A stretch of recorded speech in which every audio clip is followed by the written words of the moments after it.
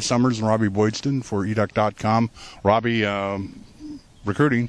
Yep, football recruiting. Now that basketball season now is officially over, it's kind of time to turn attention back to football a little bit. Spring football's on the way. Got spring game coming in up at the end of April.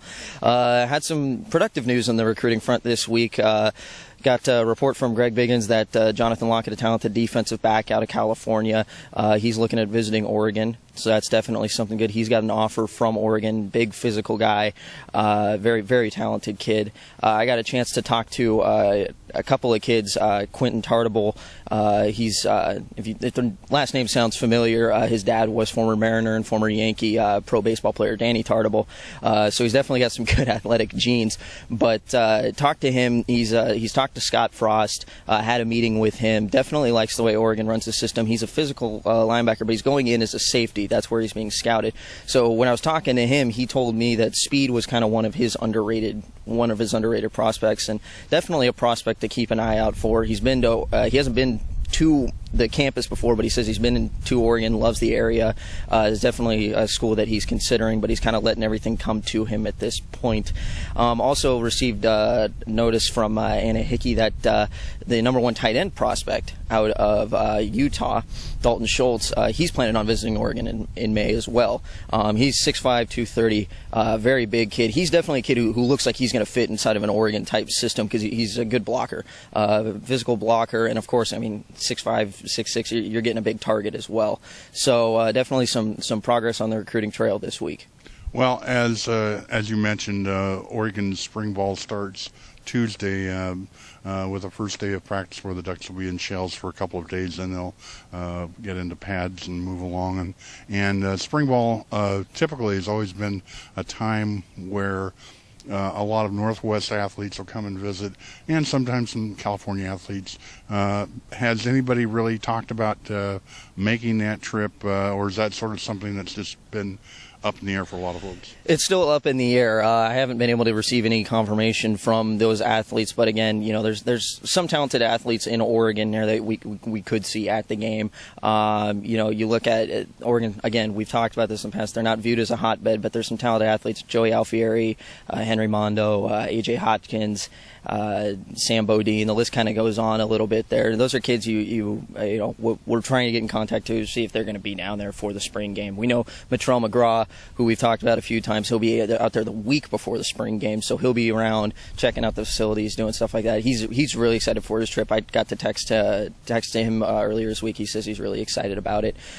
So we'll know more about that as we go forward. We'll see. Definitely. Well, and a lot of times it's not so much the spring game, but it's the actual practices where the players like to come and see what they'll be doing most of the time.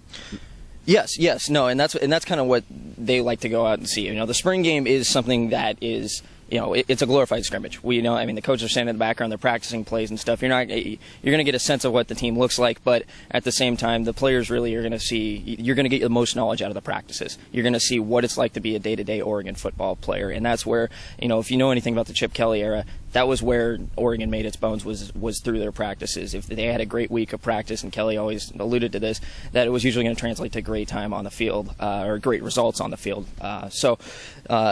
What those kids are going to learn a lot more, it's nice and flashy with the affiliation with Nike. You got the new football operations building going up, and they've always got the top-notch facilities. That's what you always hear about. But the kids are going to really learn what it's like to be an Oregon Duck by taking in the practices, meeting the players, getting in contact with the players. We know the players and the prospects do Facebook back and forth, texting and stuff like that. So they do get a big sense of what it's like behind the scenes.